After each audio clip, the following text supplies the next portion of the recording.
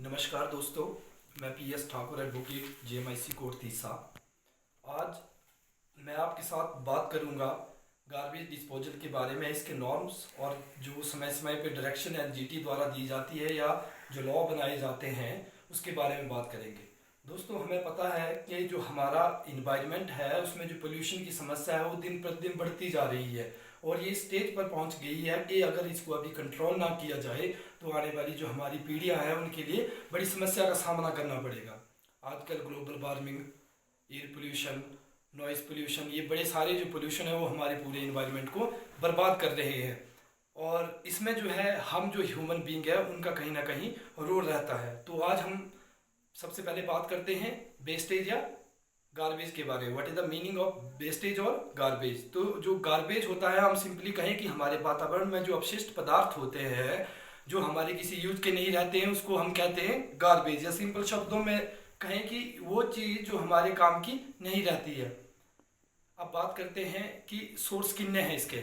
जो गार्बेज है वो जो है मेनली 3 या 4 जो सोर्स है इसके, उन सेक्टरों से जो है ज़्यादा पोल्यूशन क्रिएट किया जाता है। सबसे पहले बात करेंगे हम डोमेस्टिक वेस्टेज के बारे में। घरों में हम जितने भी जो डोमेस्टिक यूज करते हैं, जो फल सब्जियां होते हैं, उनका जो वेस्टेज होता है उससे भी कहीं ना कहीं पोल्यूशन फैलता है। अब बात करेंगे हम इंडस्ट्रियल वेस्टेज के बारे में। जो इंडस्ट्रियल वेस्टेज है, इंडस्ट्रियल में जितने भी केमिकल हैं, जितने भी प्लास्टिक रबड़ यूज किया जाता है वो सारा नदी नालों से होता हुआ हमारे जीव मंडल को भी नुकसान पहुंचाता है। उसके बाद है एग्रीकल्चर वेस्टेज। एग्रीकल्चर में जो हम फर्टिलाइजर यूज करते हैं उससे हमारी एक तो जो मृदा है उसकी उपजाऊ क्षमता कम हो जाती है और कहीं ना कहीं वो हमारा जो खाना होता है, जो हमारी सब्जियां हमें मिलती है वो ऑर्गेनिक तरीके से नहीं मिलती है। और उसके बाद जो हमारा लास्ट है इसमें वो है हॉस्पिटल वेस्टेज। हॉस्पिटल से निकलने वाला जितना भी कचरा है, जो इलेक्ट्रॉनिक्स उपकरण है, उनसे भी कहीं ना कहीं पोल्यूशन का वो कारक बनते हैं। तो ये तो था हमारा कि सोर्स क्या है गार्बेज की। अब बात करते हैं हम कि गार्बेज होता क्या है, कितने तरीके का होता है। जनरली ये 2 तरीके का होता है, एक होता है बायोडिग्रेडेबल और एक होता है नॉन बायो।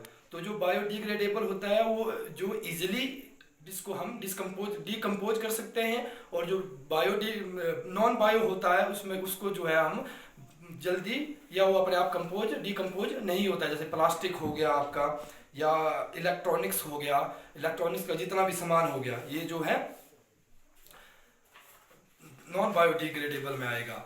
अब बात करते हैं हम कि बायोडिग्रेडेबल और जो नॉन बायो है उनको हम जो है मैनेज कैसे करते हैं। जैसे बायो आ गया, बायोडिग्रेडेबल जो है उनमें हम क्या करेंगे, उनका रीयूज कर सकते हैं, रिसाइकल करके हम उनसे खाद बना सकते हैं, वर्मी कंपोस्ट बना सकते हैं, या जैसे कागज होगा कागज को भी हम रिसाइकल कर सकते हैं। और जो नॉन बायोडिग्रेडेबल होते हैं उसमें जो है ये 3R की जो लॉ है वो इम्प्लाई करता है। इसमें जो है 3R का मतलब हुआ रिड्यूस, रीयूज और रिसाइकल की। मतलब ये जैसे प्लास्टिक है उसको कम यूज करें, और अगर करना भी है तो ऐसा सिस्टम लगाएं कि जिसको आप 3 या 4 तरीके से यूज कर सकते हैं, या मतलब आप बार बार उसको यूज कर सकते हैं। 1 टाइम जो यूज प्लास्टिक है उसको सरकार ने भी अभी बंद कर दिया हुआ है।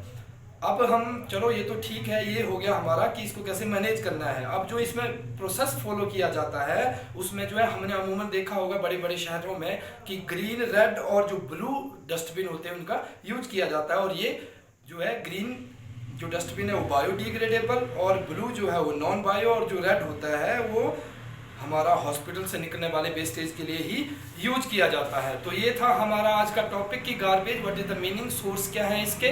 और अब हम बात करेंगे कि एनजीटी। तो एनजीटी के बारे में बात करने से पहले हमें पता होगा कि एनजीटी जो है 2010 में नेशनल ग्रीन ट्रिब्यूनल एक्ट के तहत बना था।